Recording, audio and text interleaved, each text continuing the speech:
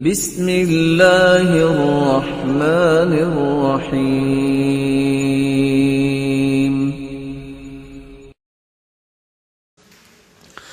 معاشرتی صفائی میں اللہ کے رسول صلی اللہ علیہ وسلم نے مختلف پہلو پیش کیے ہیں۔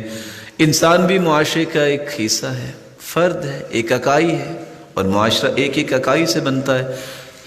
حدیث میں آتا ہے طہروا هذه الاجساد طہرکم اللہ، مسلمانوں اپنے جسموں کو پاک صاف رکھا کرو، اللہ تمہیں پاکیزہ بنا دے گا۔ ایک مسلمان کی ذمہ داری ہے کہ معاشرے کے اندر اگر صفائی چاہتا ہے تو پہلے اپنے آپ کو تو پاک صاف کرے۔ طہروا افواہکم فإنہا طرق القرآن، جس طرح جسموں کی صفائی کرتے ہو اس طرح اپنے منہ کی صفائی بھی رکھا کرو۔ اللہ ذوالجلال کے پیغمبر نے فرمایا یہ قرآن کے راستے ہیں۔ ایک مسلمان کس بنیاد پہ پھر سگریٹ پیتا ہے، کس بنیاد پہ پھر اس طرح کی چیزیں استعمال کرتا ہے؟ صفائی کا معنی تو یہ ہے، یہ قرآن کا راستہ ہے، فرشتوں کی کوئی خوراک نہیں ہے۔ لیکن حدیث کہتی ہے جب انسان قرآن پڑھتا ہے وَضَعَ مَلَكٌ فَاهُ عَلَى فِي، فرشتہ اپنے دونوں ہونٹ اس قاری کے ہونٹوں پہ رکھ دیتا ہے، فَمَا يَخْرُجُ مِنُّ إِلَّا دَخَلَ فَمَ الْمَلَكِ، صحیح الجامع کی روایت ہے جو قرآن پڑھنے والا قرآن پڑھتا ہے یہ فرشتے کی خوراک بن جاتی ہے۔ پیاز حلال ہے، لیکن جو کچا پیاز کھا کے مسجد میں آئے حکم ہے کہ مسجد میں نہ آئے، بلکہ اس حدیث کے الفاظ ہیں فَأُمِرَ بِهِ فَأُخْرَجَ، ایک شخص نے ایسا کیا، حکم دیا کہ اس کو مسجد سے نکال دو، اس کو نکال دیا گیا۔ اگر حلال چیز کھانے کے بعد نماز کے وقت سے روک دیا گیا تو کیا ایک ناجائز چیز سگریٹ نوشی اور نہ جانے آج کل تو کون کون سی چیزیں نکلائیں، یہ کیسے معاشرے میں صفائی پیدا کریں گی؟ اس کے بارے میں شریعت نے یہ کہہ دیا کہ جس دسترخوان پہ شراب ہوگی وہاں کسی مسلمان کو بیٹھنے کی اجازت نہیں ہے۔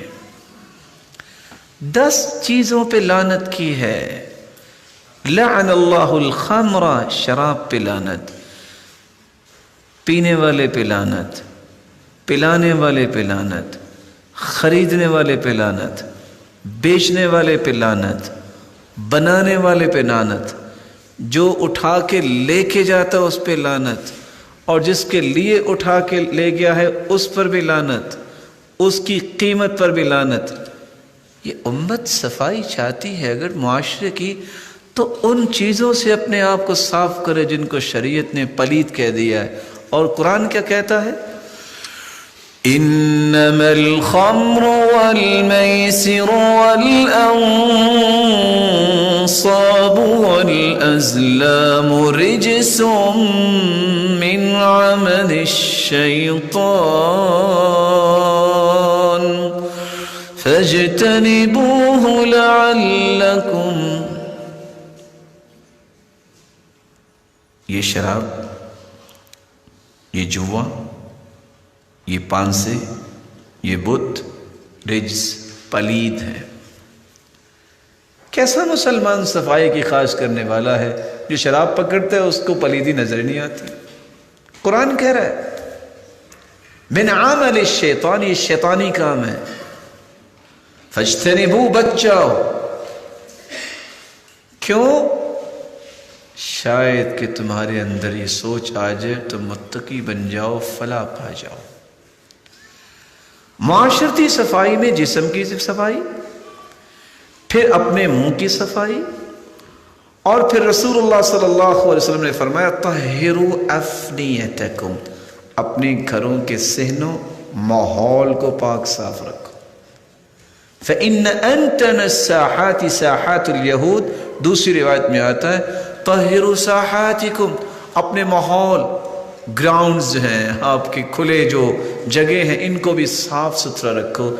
سب سے بدبودار گھروں کا ماحول اور معاشرے کا یہ یہودیوں کا ہوتا ہے، یہ حدیث کنسیڈر کر رہی ہے۔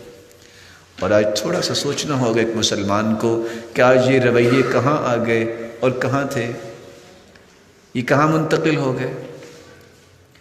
راستے میں اللہ کے رسول صلی اللہ علیہ وسلم نے فرمایا اتقوا الملاعن الثلاث، 3 لعنت والی چیزوں سے بچ جاؤ، البراز فی قاریات الطریق والموارد والظل، جہاں سایہ ہے لوگ سائے میں کھڑے ہوتے ہیں وہاں، راستے کے درمیان، اور جہاں لوگ پانی بھرنے آتے ہیں ایسی جگہوں پہ آپ کو پرہیز کرنا ہے کہ آپ وہاں قضاء حاجت نہ کرو، یہ تکلیف ہے۔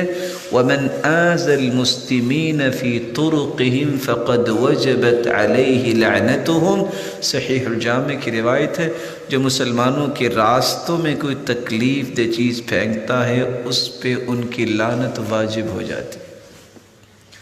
اور ساتھ یہ حکم دے دیا ہڈی ہو، پتھر ہو، کانٹے ہوں، اگر ان تینوں میں سے کوئی چیز راستے میں نظر آئے تو راستے کو صاف کر دے گا، اس کی زندگی کے سارے گناہ معاف کر کے اللہ جنت میں داخل کر دے گا۔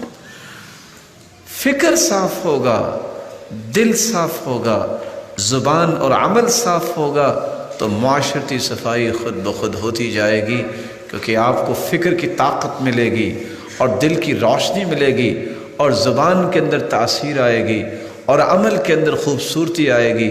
معاشرے کا ایک ایک فرد یہی سوچنے لگ جائے تو اللہ عز و جلال یہ صفائی کی خواہش کو پورا فرما دیں گے۔